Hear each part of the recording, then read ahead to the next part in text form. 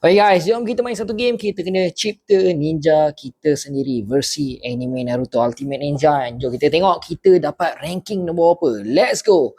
Okay, first Kiki Genkai. Oi, okay juga. Kalau dapat Sharingan kan, Sensei. Oi, semua padu-padu Oh, sabar. Genjutsu Madara lah kan. Sebab Madara dia ada ni Infinite Tsukuyomi.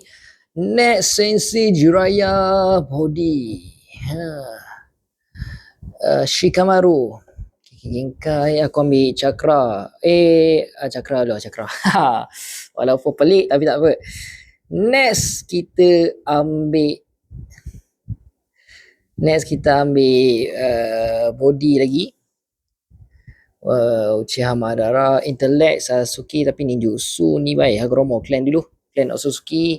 Next kita dapat Intellect ni. Oh tapi Naruto ni, kau ni bukan lah Faiz. Taijutsu Sensei boleh je ambil Killer Bee. Ninjutsu Madara Gyuki Kekenkai.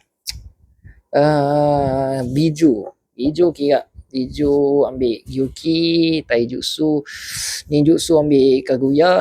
Okay, let's go. Dua lagi. Kekenkai Shisui, Taijutsu Naruto.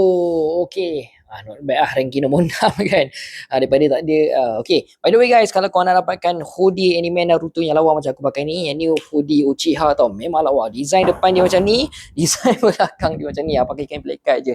Tapi harga tengah promo sekarang ni dekat Shopee. So macam ni korang nak order sekarang kat tag Shopee yang ada dalam video. Okay, ciao.